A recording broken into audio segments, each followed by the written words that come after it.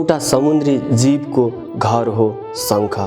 यो जीवले आफ्नो शरीरको आकार बढ्यो र त्यो शङ्खमा उसलाई असहज भयो भने उसले सुरक्षित साथ रहिरहेको त्यो शङ्खलाई त्यागेर आफ्नो शरीर र आफ्नो साइजलाई अनुकूल हुने दोस्रो शङ्खलाई खोजेर बस्ने गर्दछ।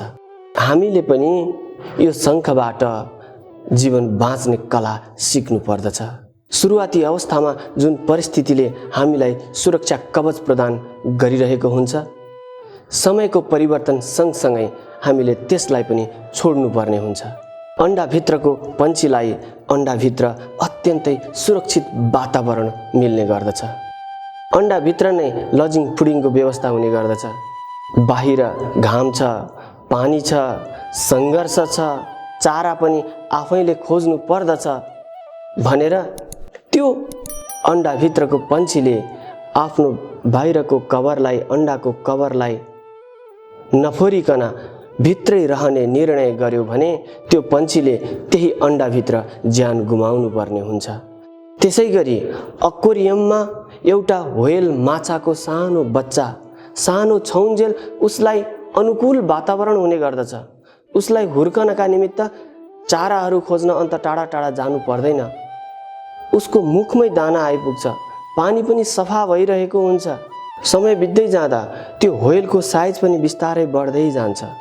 अब त्यो व्हेलले मेरो स्थान यो एक्वेरियम होइन, म त समुद्रमा बाँच्नुपर्ने हो, म त समुद्रमा जानुपर्छ भनेर यदि उसले त्यो एक्वेरियमको दिवारलाई तोड्यो भने उसले समुद्र पाउँछ। यदि तोड्न सकेन भने केही समयपछि बिस्तारै बिस्तारै उसको बढ्ने क्रम रोकिन पुग्छ। बढ्ने क्रम रोकिन पुगिसकेपछि अब ऊ अन्य माछाहरू सरह देखिन पुग्छ। दर्शकहरूको दृष्टिकोणमा अब अन्य माछा र व्हेल माछामा कुनै पनि अन्तर हुँदैन। यदि व्हेल माछा भएर जन्मेर पनि सामान्य माछाको तुलनामा, सामान्य माछाको क्याटेगोरीमा बाँच्नु पर्छ भने व्हेल भएर जन्मनुको के अर्थ? हामीले पनि जीवनलाई अगाडि बढाउनु छ भने हामी रहिरहेको सुरक्षित वातावरणलाई छाडेर कठिन एवं चुनौतीपूर्ण परिस्थितिको सामना गर्नुपर्ने हुन्छ। तब मात्रै सफलताको द्वार खुल्दछ। एकपटक हामी आफैलाई हेरौँ त, हामी व्हेल भएर जन्मिएर समुद्रको राजा भएर बाँच्न पाउने अधिकार पाउँदा पाउँदै पनि कतै हामी सानातिना निरीह माछा जसरी बाँचिरहेका त छैनौँ। व्हेल भएर बाँच्ने कि ती सामान्य माछा जसरी मूल्यहीन, महत्त्वहीन भएर बाँच्ने, चुनाव हाम्रै हातमा छ।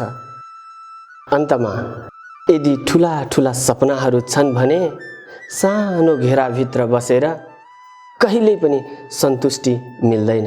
धन्यवाद। जय गुरुदेव।